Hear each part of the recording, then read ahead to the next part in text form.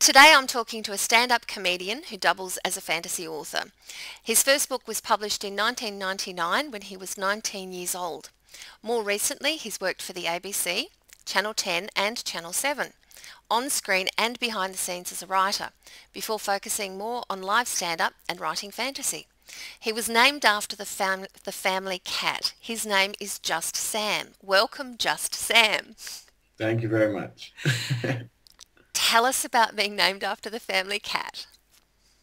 Well, my parents had the cat before they had me, and they decided that they'd used up the name that they liked on the cat when they had me. So they renamed the cat Jack, and I became Sam. And I guess I'm just Sam and not Samuel or Samson or Samwise or anything like that, because I don't think people are terribly formal when they name pets. So the cat was never Samuel, so I was never Samuel. So that's how that all happened. Yeah. That's really original.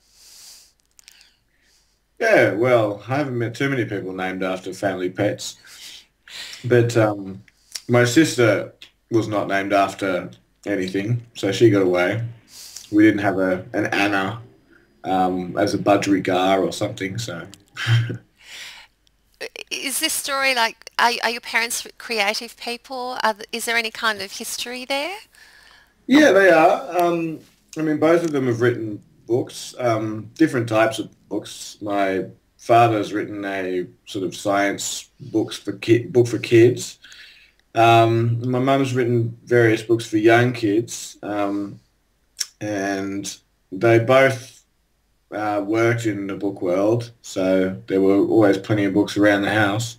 Um, but yeah, they're creative, but in that they create. Dad was a publisher though, mainly, so he didn't do that much writing.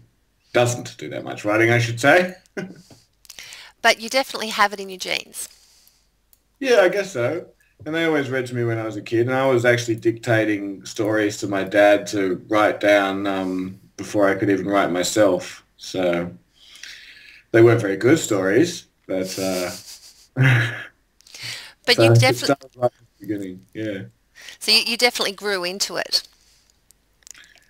I guess so. I mean, like I said, there were so many piles of books lying around, and they read to me all the time, and they both worked in books, and I mean, I just yeah gravitated towards it very naturally, Okay. and I guess I love stories so much that I don't know, it's just what I always wanted, and I could never imagine really doing anything else. And so when I first got published, it was sort of an immense relief because I was like, oh well, thank God, I don't have to be a video store assistant or anything like that. What authors have influenced you? Sorry, what authors?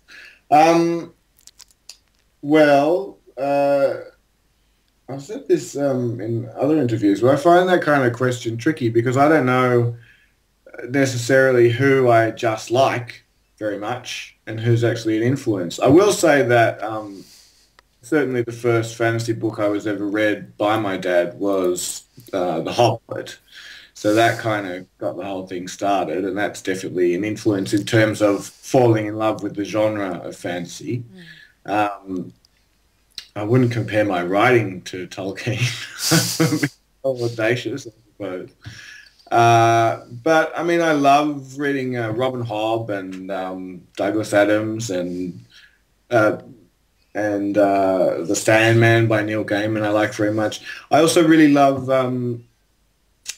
movies like The Princess Bride and Willow and Labyrinth. I actually find sort of influential in terms of the fact that they're very sort of the characters are very colourful and cartoony, and I especially with my first trilogy, felt that I'd populated the world with a very kind of um, colourful cast.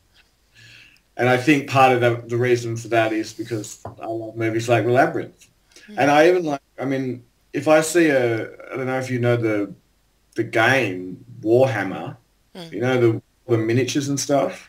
I've never played it, but if I see a board or a table rather set up with a whole bunch of Warhammer stuff on it, I find that to be, I come away from that with ideas for stories, just seeing how, all the myriad is set up in various different ways.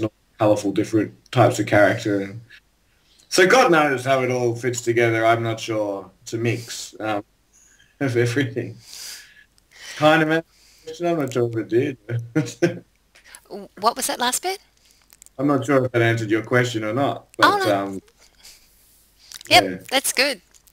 yeah. Because I don't know.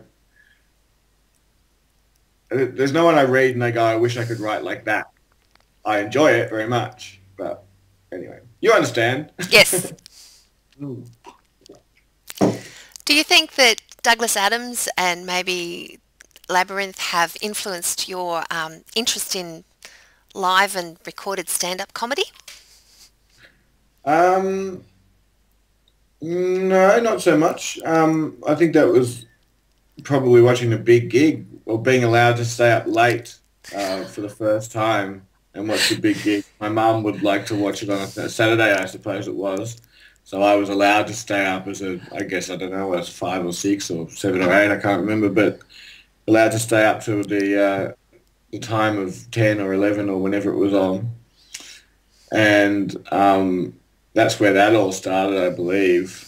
And also there was a very, at the time, well-known venue down the road from me called the Harold Park Hotel that me and my father used to go to on school nights and watch the live stand-up comedy there.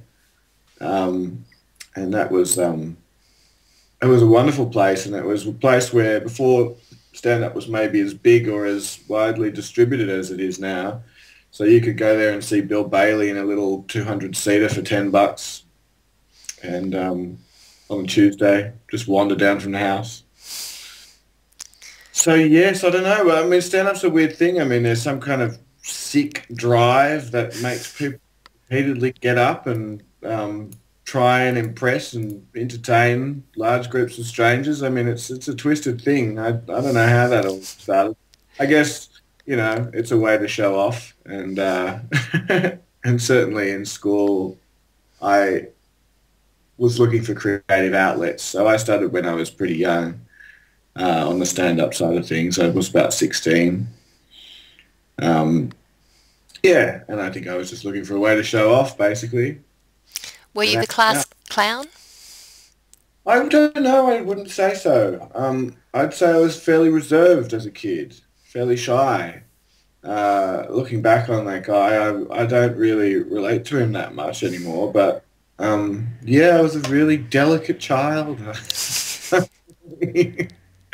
Thank God, I'm not like that anymore. But yeah, just shy and reserved, and you find that with stand up, it's quite a common thing that you'll meet people that you find to be sort of very interior and and shy and reserved, and then they'll get up on stage and they'll be completely different or the opposite. I mean, it's a strange marketplace, the world of stand up. Mm. You've performed at various comedy festivals. That's true. What's that been like? It's a lot of fun, and it's also very soul destroying, and it's challenging. And I mean, say with the Melbourne Comedy Festival, for example, you're in a program of maybe 300 plus acts, some of whom are really big names, who really big venues, who draw really big crowds, and there you are sort of going, and there's also me, and hoping that people will come and see you, and it can be a real struggle to get people in through the door. But on the other hand, I mean, it's a great time. It's exhilarating. You perform every night. You certainly come away very sharp and very well honed, and possibly you drink a lot and have a lot of fun after hours, hobnob, and yeah, it's fun. Speaking of hobnobbing, you've Mm, worked with a number of different people, including Will Anderson. that's true. I've worked with Will. I've supported him on quite a few occasions. Yeah, which just means doing a short spot before he does his main act. So Um, Go on. you're warming up the crowd. Yeah, yeah. You just come on and do a bit before the main act. Yeah, so yeah, you're warming up the crowd.